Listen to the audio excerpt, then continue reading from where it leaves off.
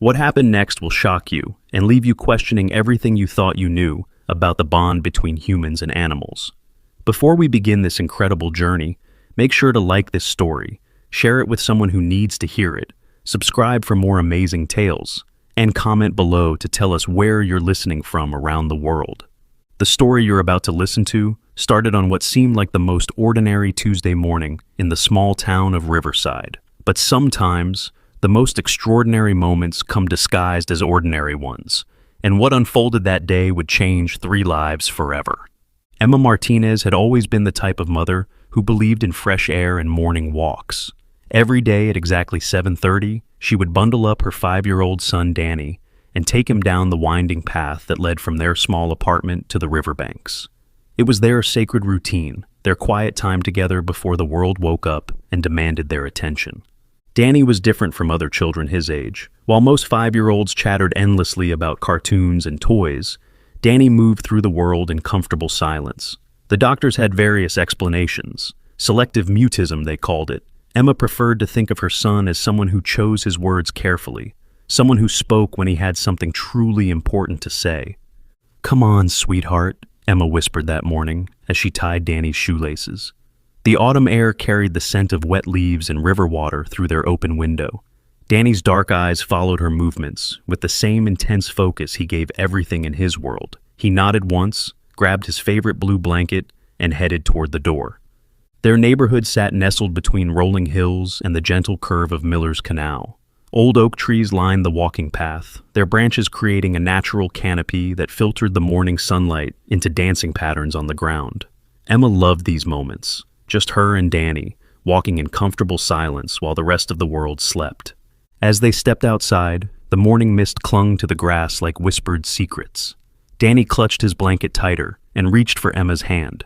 His small fingers were warm despite the cool air, and Emma squeezed gently, their silent language of love and reassurance. "Which way today, Danny?" Emma asked, knowing full well that Danny would point toward the canal path. He always chose the same route, but she asked anyway because she loved seeing the small smile that crept across his face when he got to make the decision. Danny pointed toward the water, and they began their familiar journey. The path wound gently downward, past Mrs. Chen's vegetable garden, where tomatoes still hung heavy on their vines, past the old wooden bench where Mr. Rodriguez fed stray cats every morning, and toward the sound of slowly moving water. Birds chirped their morning songs from the trees above, and somewhere in the distance a dog barked playfully. Emma breathed deeply, letting the peaceful atmosphere wash away the stress of single motherhood, of working double shifts at the diner, of worrying constantly about Danny's silence and whether she was doing enough for him. "Look, Danny," she said softly, pointing to a family of ducks gliding across the canal's surface. "They're probably heading home after their own morning adventure." Danny's eyes followed the ducks with fascination, but he didn't speak. He rarely did. Emma had learned to read his expressions, his gestures, the way he tilted his head when something caught his attention. Today, though, something felt different. Danny seemed more alert than usual, more focused on their surroundings. As they walked, Emma noticed that Danny kept looking ahead on the path, as if he was searching for something specific. His grip on her hand tightened slightly, and his pace slowed. Emma followed his gaze but saw nothing unusual, just the familiar bend in the path where the canal curved sharply to the left.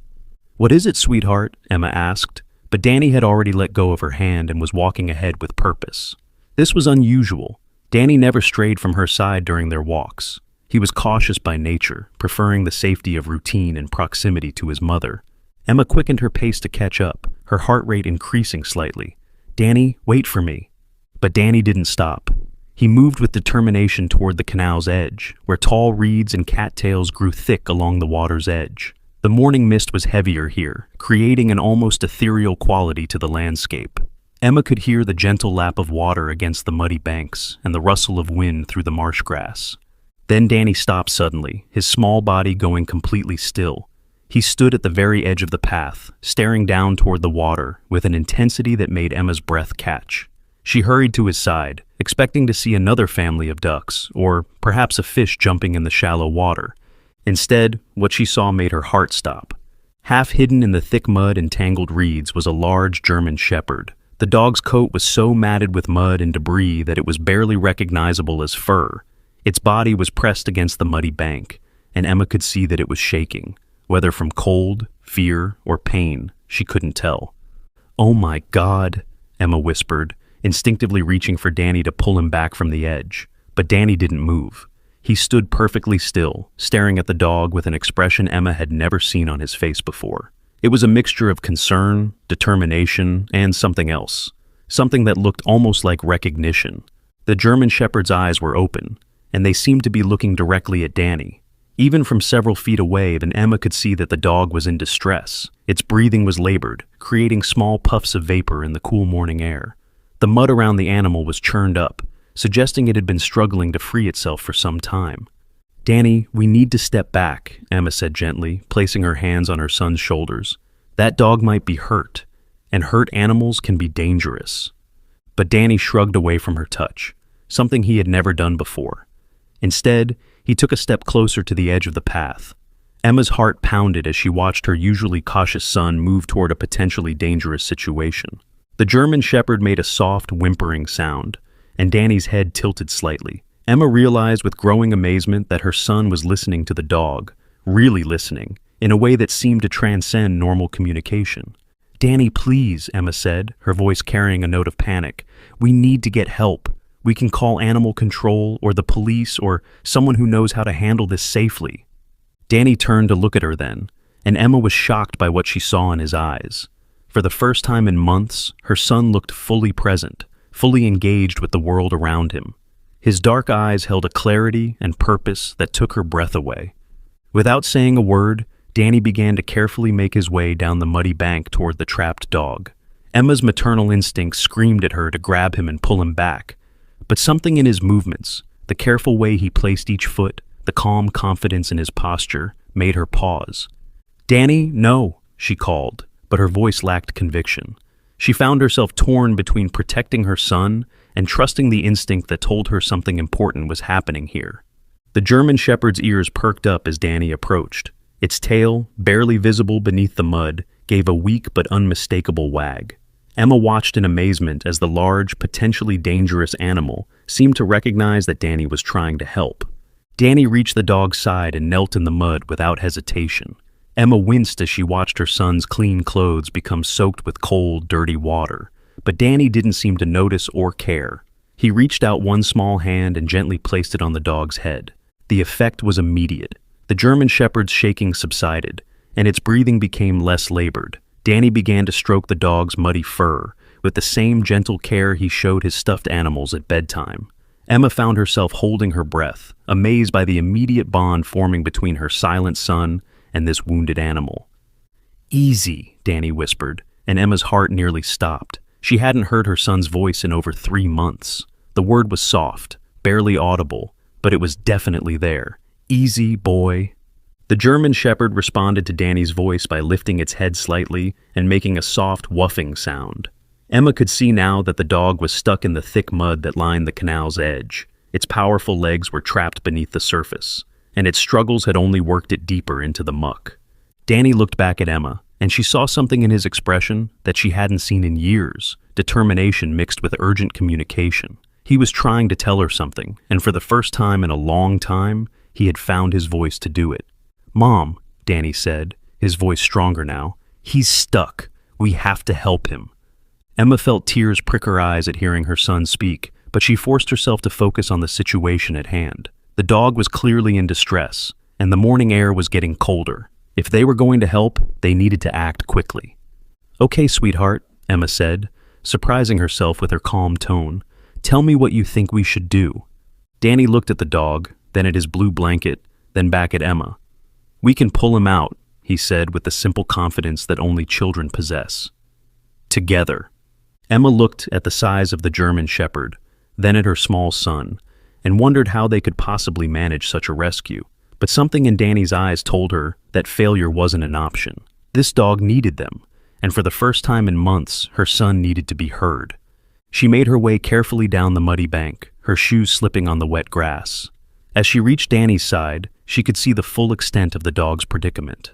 The German Shepherd was indeed stuck fast in the thick mud, but its eyes were alert and its breathing was steady. It seemed to understand that help had arrived.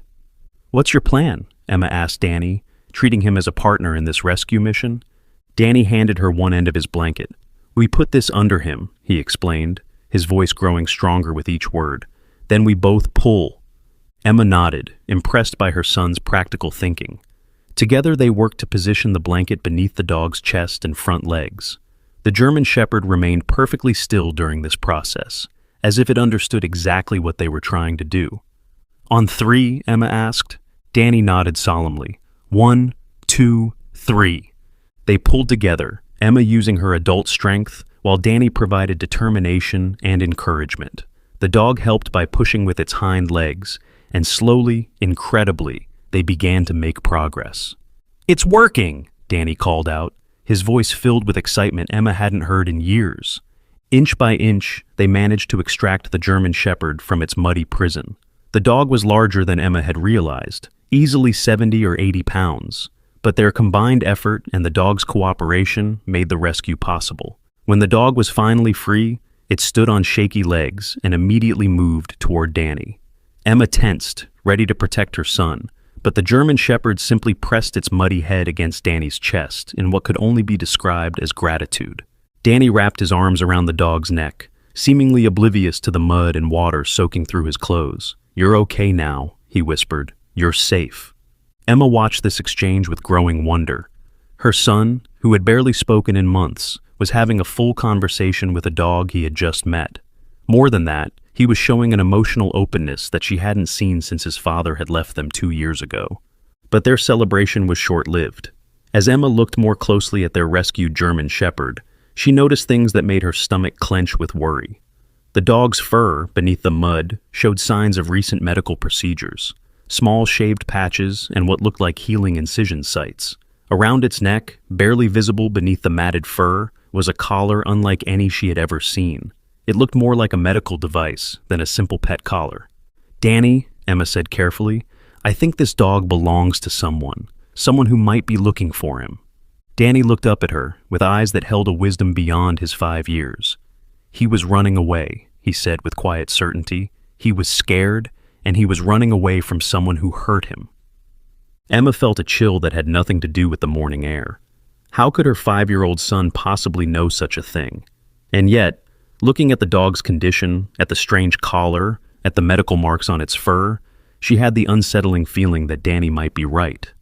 The German Shepherd stayed close to Danny's side, and Emma noticed that it kept looking over its shoulder, as if expecting pursuit. Its ears were constantly alert, swiveling at every small sound from the path above them. "We need to get out of here," Emma said, though she wasn't entirely sure why she felt such urgency. "Let's get this dog somewhere warm and safe, and then we can figure out what to do next." Danny nodded, but he made no move to leave the dog's side. "He comes with us," he said firmly. "He needs us." Emma looked at her son, at the muddy German Shepherd, and at the strange collar around its neck, and knew that their quiet morning walk had just become something much more complicated. She also knew that there was no way she could separate Danny from this dog now, not when her son had finally found his voice again. "Okay," she said, making a decision that felt both right and terrifying. "He comes with us, but we're going to take him to Dr. Sarah first, just to make sure he's not hurt." Danny smiled then, the first real smile Emma had seen from him in months. "Thank you, Mom." As they made their way back up the muddy bank, the German Shepherd staying close to Danny's side, Emma couldn't shake the feeling that they were being watched. She glanced back at the canal path, but saw nothing unusual. Still, the feeling persisted as they walked toward town. 3 unlikely companions bound together by a rescue that felt like something much more significant than chance. The walk back to their apartment building felt longer than usual. Emma kept glancing at the German Shepherd, who moved with a slight limp but stayed protectively close to Danny. Her son chattered quietly to the dog as they walked, and Emma's heart swelled with joy at hearing his voice after so many months of silence. But beneath her happiness, worry gnawed at her stomach. The strange collar around the dog's neck caught the morning light in an unusual way, almost like it contained some kind of technology. "What should we call him?" Danny asked as they reached their apartment complex. Emma paused at the building's entrance. Taking a 70-pound muddy dog into their small apartment seemed like a terrible idea, but one look at Danny's hopeful face made the decision for her. "What do you think his name should be?" Danny studied the dog seriously. Max, he said after a moment. He looks like a Max. The German Shepherd's ears perked up at the name, and his tail gave a weak wag. Emma couldn't help but smile despite her concerns. Max it is then, but first, we're taking him straight to Dr. Sarah's clinic. We need to make sure he's not hurt. Dr. Sarah Mitchell ran the only veterinary clinic in Riverside, a small practice housed in a converted Victorian home on Main Street. Emma had taken their previous cat there years ago, and she remembered Dr. Sarah as a kind woman who genuinely cared about animals. If anyone could help Max and figure out what those strange marks on his fur meant, it would be her. The 15-minute walk to the clinic felt like an hour. Max stayed close to Danny's side, but Emma noticed how the dog's head constantly swiveled, checking every doorway, every parked car, every person they passed. His behavior reminded her of soldiers she'd seen in movies, always alert, always ready for danger.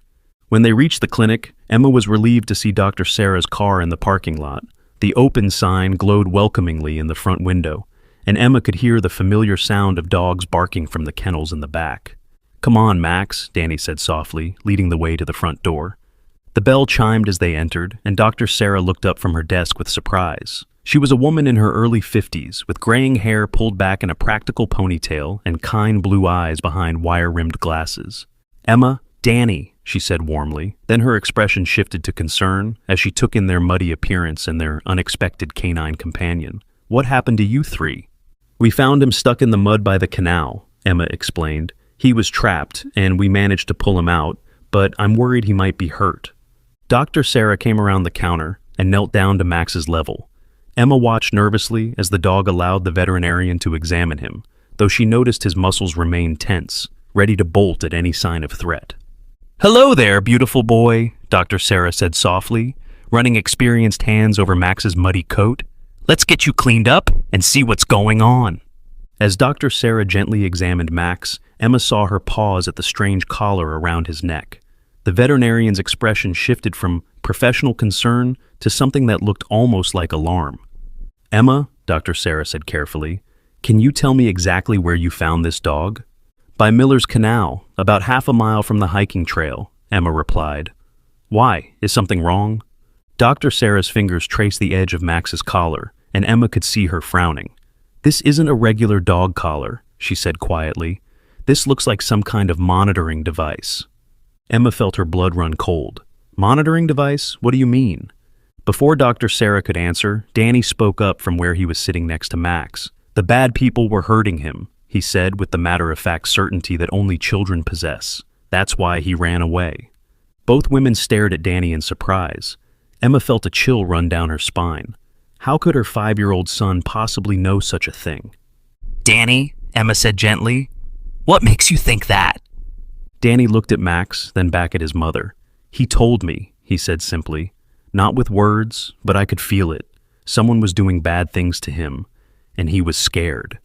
Dr. Sarah and Emma exchanged glances over Danny's head. Emma wanted to dismiss her son's words as childhood imagination, but the evidence of her own eyes was hard to ignore. The medical marks on Max's fur, the sophisticated collar, the dog's nervous behavior, it all painted a picture she didn't want to believe.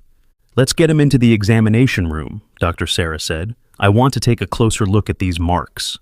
The examination room smelled of antiseptic and contained the usual veterinary equipment, an examination table, cabinets full of medical supplies, and posters showing the anatomy of various animals. Max allowed Dr. Sarah to lift him onto the table, but Emma noticed he never took his eyes off the door. "My God," Emma whispered. "What did they do to him?" Dr. Sarah's expression was grim as she continued her examination. "These look like injection sites," she said, pointing to several small marks on Max's neck. "And these scars suggest surgical procedures, multiple ones." Danny reached out and gently stroked Max's head. "It's okay now," he whispered to the dog. "We won't let them hurt you anymore." Max's tail wagged weakly, and he pressed his head against Danny's small hand. Emma felt tears prick her eyes at the bond between her son and this wounded animal. "Dr. Sarah," Emma said, "I need to ask you something, and I need you to be completely honest with me. Do you think this dog was being used for experiments?" Dr. Sarah was quiet for a long moment, her hands still working to clean Max's wounds. I've seen animals that have been through laboratory testing before, she said finally. Usually when they're retired from research programs, but this... She gestured to the collar and the multiple surgical sites. This looks more intensive than anything I've encountered. Emma felt sick. The idea that someone had been systematically hurting this gentle animal made her angry in a way she hadn't felt in years. But more than that, she was terrified.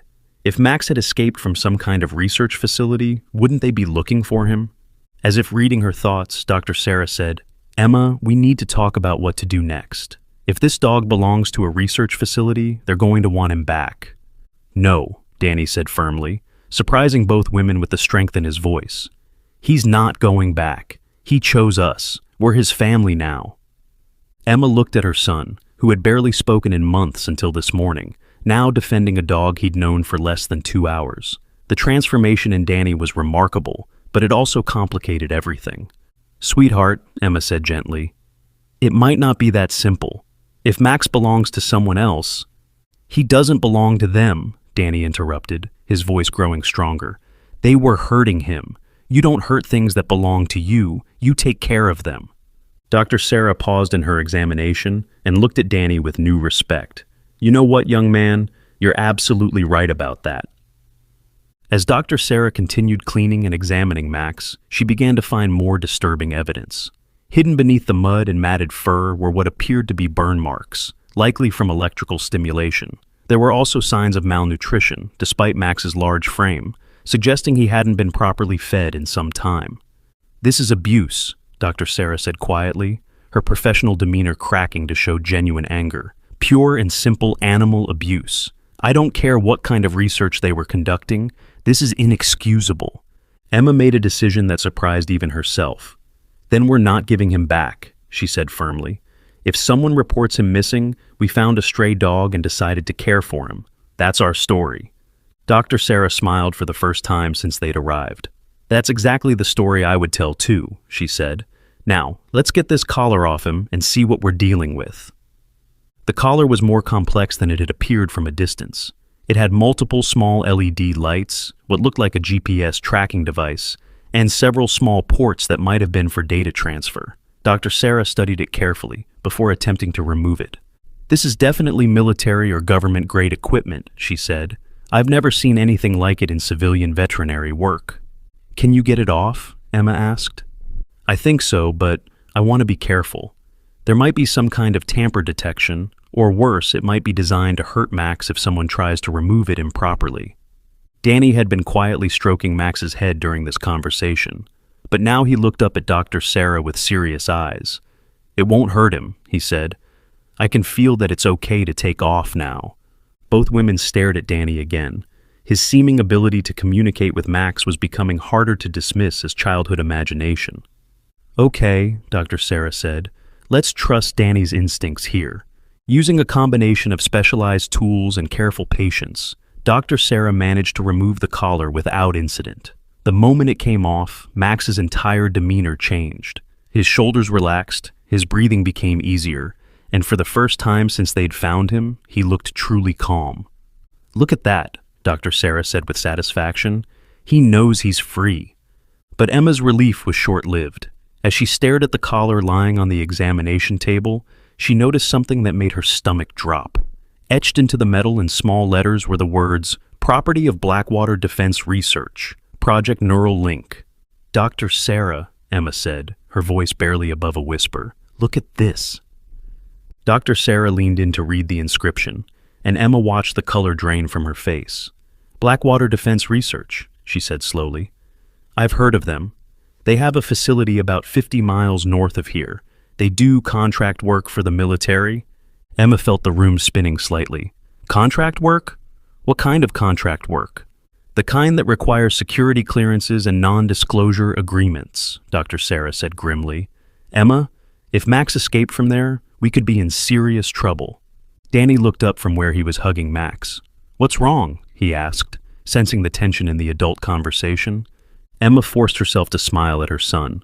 "Nothing's wrong, sweetheart. We're just figuring out how to help Max feel better." But privately, Emma's mind was racing. If Max had escaped from a military research facility, they would definitely be looking for him. And if they found him, what would happen to the dog? What would happen to Danny, who had formed such a strong bond with him? Dr. Sarah seemed to be thinking along the same lines. Emma, I need to ask you something important. Are you prepared for the possibility that people might come looking for Max? People who might not take no for an answer? Emma looked at her son, who was whispering softly to Max and getting gentle licks in return. Danny was more animated and communicative than he had been in months. The thought of losing Max now, when her son had finally found his voice again, was unbearable. Yes, she said firmly, we'll deal with whatever comes. Max is part of our family now. Dr. Sarah nodded approvingly. In that case, we need to be smart about this. I'm going to treat Max's wounds and get him healthy, but we need to establish a paper trail that shows he's been with you for a while. I'll backdate his vaccination records and create a file showing he's been your dog for several months. Emma felt a surge of gratitude toward the veterinarian. You'd do that for us? For Max and for Danny, Dr. Sarah said. What they did to this animal is unconscionable. If Blackwater comes looking, they're going to have to prove he belongs to them, and that's going to be a lot harder without that collar, and with proper veterinary records showing he's yours. As Dr. Sarah continued treating Max's wounds, Emma noticed that the dog's behavior continued to improve. He was more alert, more responsive, and seemed to be gaining strength by the minute. Whatever that collar had been doing to him, its removal had clearly been beneficial. Mom, Danny said suddenly, can we take Max home now? I think he's tired. Emma looked at Dr. Sarah, who nodded. I've done what I can for now. He needs rest, good food, and lots of love. I'd like to see him again in a few days to check on his healing, but he should be fine to go home with you. As they prepared to leave the clinic, Dr. Sarah pulled Emma aside. I want you to have my personal cell phone number, she said, writing on a piece of paper. If anyone comes asking questions about Max, you call me immediately, and if he shows any signs of distress or if his behavior changes suddenly, bring him back right away. Emma pocketed the phone number gratefully. Thank you for everything. I don't know how to repay you for this. Just take good care of him, Dr. Sarah said, and take care of Danny too. That boy has a special gift with animals. I've never seen anything quite like it. As they walked home from the clinic, Max trotting happily beside Danny, Emma couldn't shake the feeling that they were being watched. She glanced around nervously, but the streets of Riverside looked perfectly normal. Still, the paranoia persisted.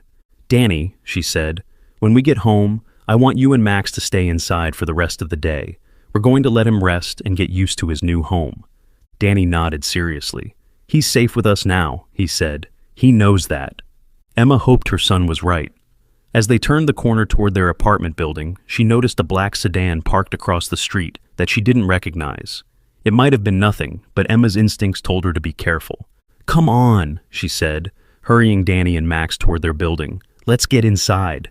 What Emma didn't know was that someone had already been watching them, and their peaceful morning rescue had set in motion events that would change all their lives forever. Have you ever rescued an animal and felt like they were meant to find you? Tell us about your experience in the comments below. Once they were safely inside their small apartment, Emma double-locked the door and drew the curtains closed. Max immediately went to Danny's side and lay down next to the couch where her son had settled. Emma watched in amazement as her usually reserved child began talking to the dog in a steady stream of gentle words. You're going to like it here, Max, Danny said, stroking the dog's now clean fur. My mom makes really good pancakes on Saturdays, and we have a park right across the street where you can run and play. And see that window? That's where the morning sun comes in, and it's really warm. Emma felt tears in her eyes as she listened to her son's voice. In the space of one morning, Danny had transformed from a silent, withdrawn child to someone who was actively engaging with the world around him. The change was so dramatic it almost seemed impossible.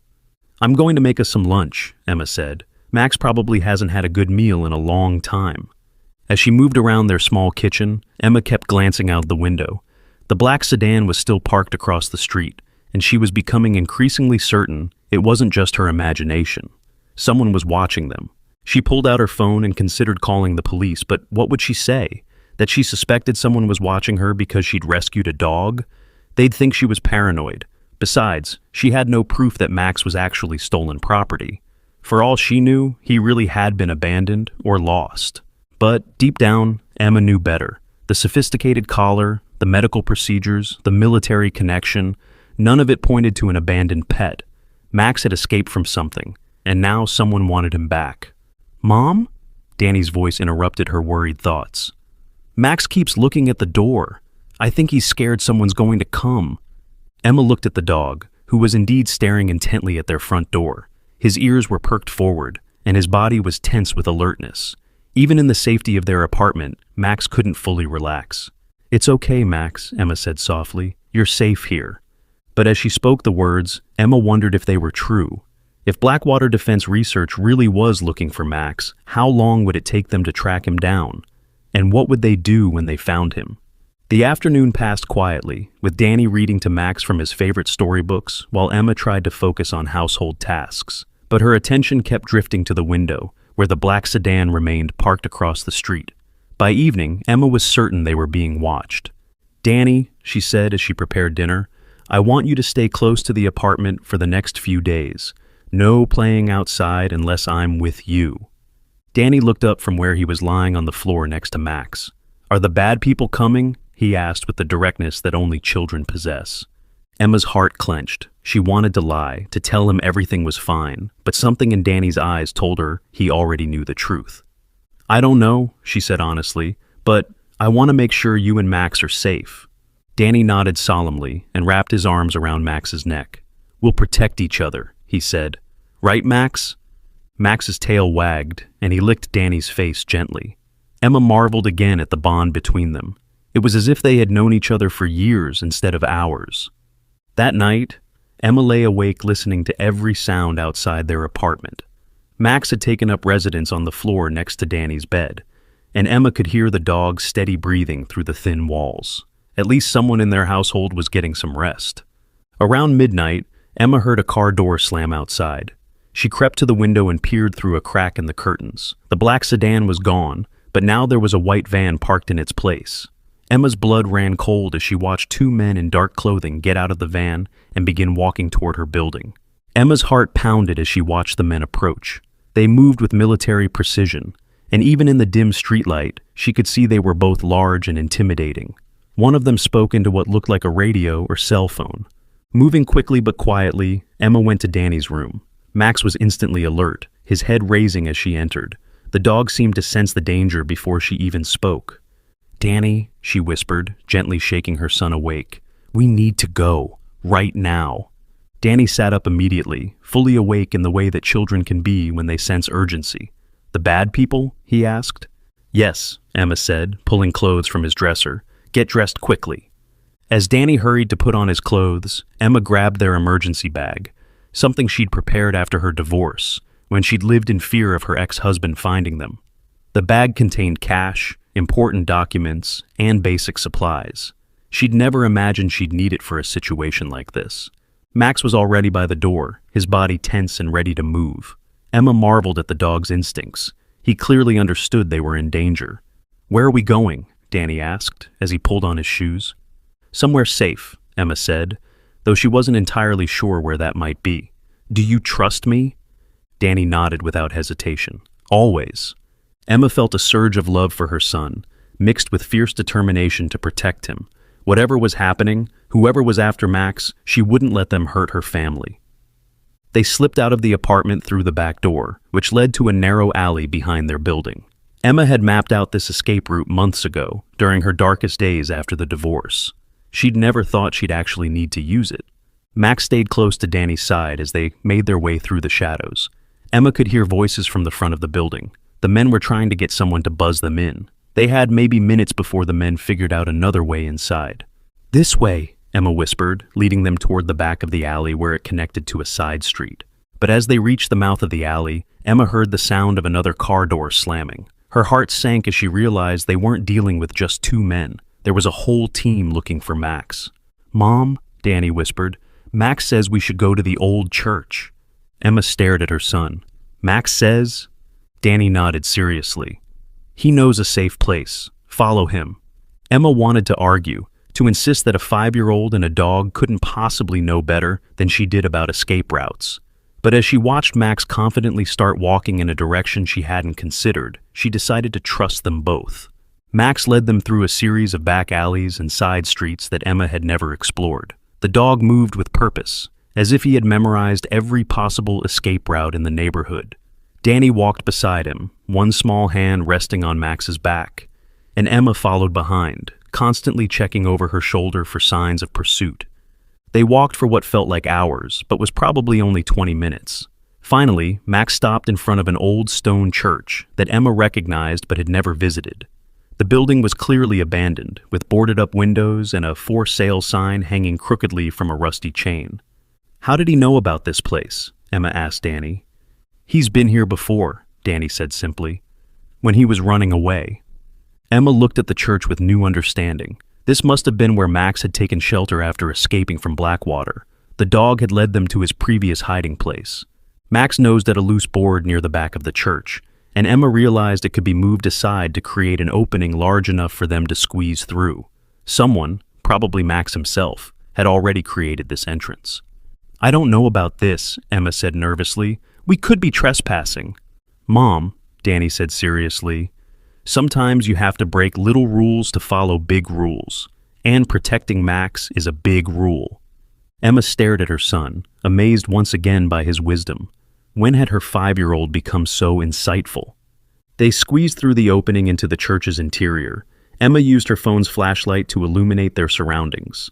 The church was dusty and filled with old wooden pews, but it was dry and relatively clean.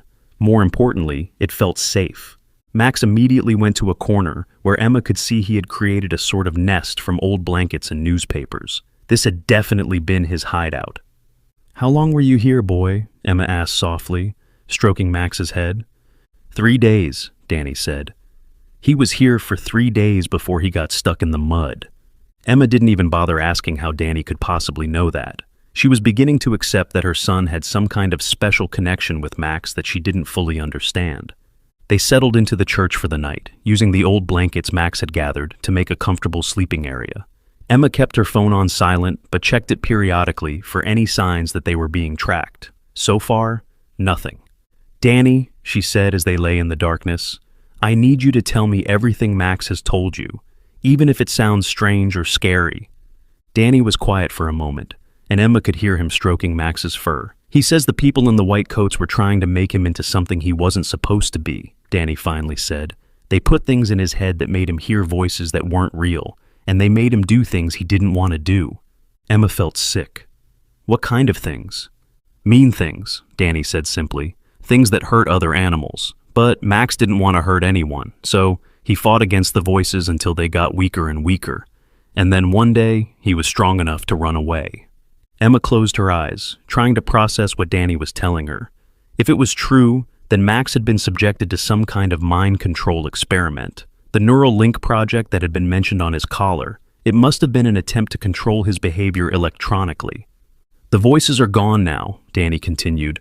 "Ever since Dr. Sarah took off the collar, Max says his head feels quiet for the first time in a long time." "We're going to keep you safe," she whispered to Max. "I promise." But even as she made the promise, Emma wondered how she could possibly keep it. Blackwater Defense Research clearly had resources she couldn't match. If they really wanted Max back, what could one single mother and her 5-year-old son do to stop them? The next morning, Emma woke to find Danny sitting by one of the boarded-up windows, peering through a small gap in the wood.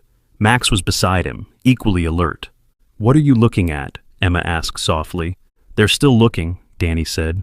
"Max can smell them." Emma joined them at the window and peered out. She didn't see anyone, but she trusted Max's senses more than her own at this point. "We can't stay here forever," she said. "We need help." Danny looked at her with serious eyes.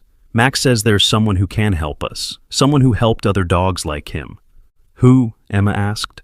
"A lady with kind eyes who lives by the big water," Danny said. "Max doesn't know her name, but he knows how to find her." Emma felt a flicker of hope. If there was someone who had helped other experimental animals escape, maybe they could help Max too. "How far is this lady?" Emma asked. Danny consulted with Max in their strange, silent way. "Not too far," he said finally. "We can walk there." Emma made a decision that felt both terrifying and necessary. "Okay," she said, "but we need to be very careful. And if we see anyone following us, we run. Do you understand?" Danny nodded solemnly. "Max understands too. They gathered their few belongings and prepared to leave their temporary sanctuary. As they squeezed back through the loose board, Emma sent up a silent prayer that they were making the right choice. Max immediately took the lead, choosing a route that avoided main roads and kept them hidden in wooded areas whenever possible. Emma was amazed by the dog's tactical awareness. He moved like a trained soldier, always checking for threats and choosing the safest path forward. They walked for hours, stopping only for water and rest. Danny never complained, even though Emma could see he was getting tired. Max seemed to draw energy from having a purpose, and his limp was barely noticeable as he led them toward their destination.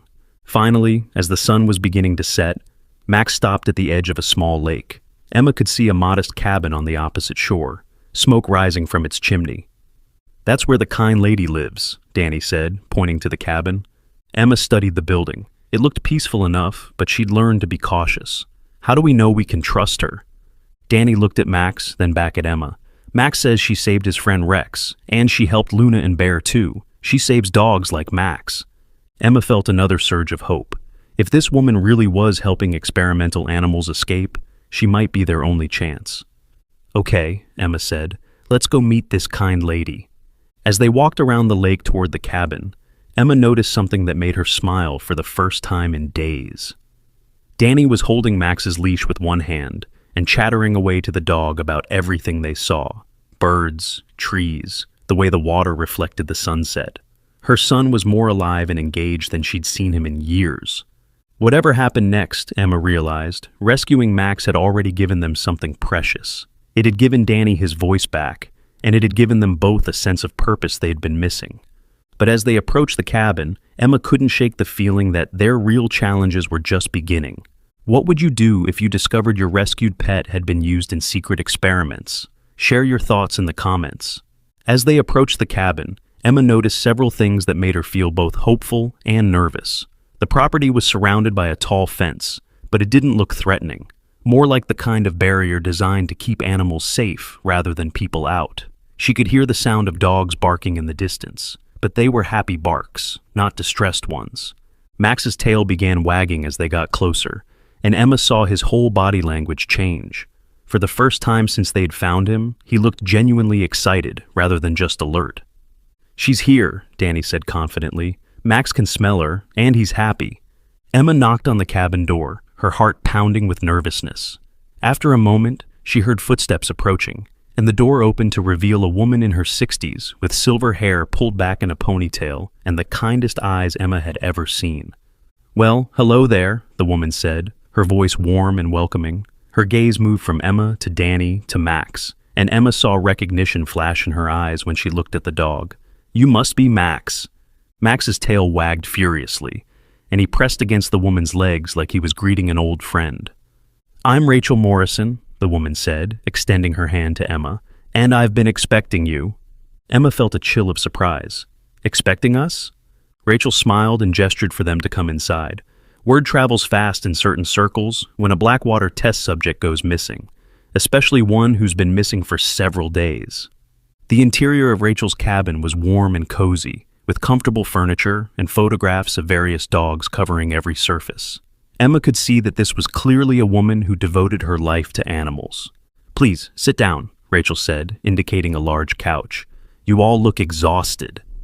As they settled onto the couch, with Max immediately lying down at Danny's feet, Rachel brought them tea and homemade cookies.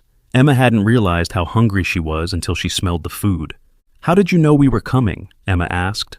Rachel sat across from them in a well-worn armchair. "I've been helping animals escape from research facilities for over 20 years, she said simply. "When I heard that a German shepherd had gone missing from Blackwater's neural link program, and then when I got word that someone had found him and taken him to a veterinarian, I put two and two together." Emma felt a mixture of relief and fear. "So, you know what they did to him?" Rachel's expression grew dark. "I know more than I wish I did. Max was part of Project Neural Link, which was designed to create remotely controlled military dogs. They implanted devices in his brain that were supposed to allow handlers to control his actions from a distance." Danny looked up from where he was stroking Max's head. "But it didn't work right," he said. "Max was too strong." Rachel looked at Danny with surprise and new respect. "That's exactly right, young man. Max was one of several dogs who proved resistant to the neural control. Instead of accepting defeat, though, Blackwater kept escalating their experiments. Emma felt sick thinking about what Max had endured. How many dogs were in this program? Dozens, Rachel said sadly. I've helped 7 of them escape over the past 2 years. Max makes 8. Where are the others now? Emma asked. Rachel's face lit up with pride, living happy lives with families who understand their special needs. Dogs who've been through what Max has experienced require extra patience and care, but they can learn to trust again. Danny spoke up again, his voice clear and confident. Max trusts us already. We're his family now. Rachel smiled at Danny. I can see that, and I can see that Max has had a profound effect on you, too. Emma nodded, tears coming to her eyes. Danny hadn't spoken in months before we found Max. Now, he talks all the time. Animals have a way of healing us just as much as we heal them, Rachel said gently. Now, we need to talk about keeping you all safe. Blackwater doesn't give up easily when they lose a test subject. As if summoned by her words, the sound of vehicles approaching came from outside. Rachel's expression immediately became serious, and Max was on his feet instantly, his body tense with alertness. That was faster than I expected, Rachel said grimly.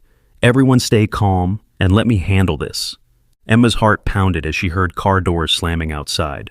Through the window, she could see at least 3 black SUVs parked in Rachel's driveway. Danny, Emma whispered, stay close to Max. Rachel moved to the front door and opened it before anyone could knock. Emma could see 3 men in dark suits standing on the porch, and she recognized the type immediately. Government or military, definitely dangerous. Ms. Morrison, the lead man said, his voice cold and official. I'm Agent Collins with Blackwater Defense Research. We have reason to believe you're harboring stolen government property. Rachel crossed her arms and stood her ground. I'm not harboring anything except rescued animals. Would you like to see my licenses and permits? We're looking for a German Shepherd that was taken from our facility, Agent Collins said. We have tracking data that indicates he came to this area. Emma held her breath, but Rachel didn't flinch. I haven't seen any German Shepherds today, but even if I had, I'd want to see proof of ownership before turning over any animal. Agent Collins stepped forward menacingly. Ms. Morrison, obstruction of a federal investigation is a serious crime. So is animal abuse, Rachel replied calmly, and I'm quite familiar with Blackwater's definition of research. Danny suddenly stood up from the couch, and Emma's heart nearly stopped as her son walked toward the front door. Max followed immediately, staying protectively at Danny's side. Danny, no, Emma whispered, but her son kept walking. Excuse me, Danny said politely to Agent Collins, his clear voice carrying through the cabin. Are you the bad people who hurt Max? Agent Collins looked down at Danny with surprise. Then his gaze shifted to Max. Emma saw recognition flash in the agent's eyes. There's our property, Agent Collins said, reaching for something in his jacket. But before he could complete the motion, Max stepped in front of Danny and let out a low, warning growl. The sound was unlike anything Emma had heard from the gentle dog. It was the growl of an animal who had been pushed too far and wasn't going to back down. That's not property, Danny said firmly, his small hand resting on Max's head. That's my friend, and friends don't belong to bad people. Emma was amazed by her son's courage, but terrified of what might happen next. She started to move toward Danny, but Rachel held up a hand to stop her. Agent Collins, Rachel said, her voice now carrying an edge of steel, I think you should know that I've been documenting Blackwater's illegal animal experiments for several years now. I'd be happy to share that documentation with the media if anything unfortunate were to happen here. Agent Collins's expression darkened. You don't know what you're dealing with, Ms. Morrison. I know exactly what I'm dealing with, Rachel replied. I'm dealing with people who torture animals in the name of science and then call it patriotism. The tension in the room was thick enough to cut, but Emma noticed that Max had positioned himself perfectly to protect both Danny and the adults if necessary. The dog's military training was evident in his stance and alertness. The dog stays with us, Agent Collins said finally, but we're willing to overlook the interference if you cooperate now. Danny looked up at Agent Collins with the fearless honesty that only children possess. Max doesn't want to go with you, he said. He told me what you did to him, and he's never going back. Agent Collins stared at Danny with a mixture of confusion and irritation. Kid, dogs can't talk. Max can, Danny said simply. You just have to know how to listen. Emma saw something flicker in Agent Collins's eyes. Uncertainty. Maybe even fear. If Danny really could communicate with Max in some unusual way, what else might the boy know about Blackwater's experiments? Rachel seemed to sense the shift in the agent's demeanor.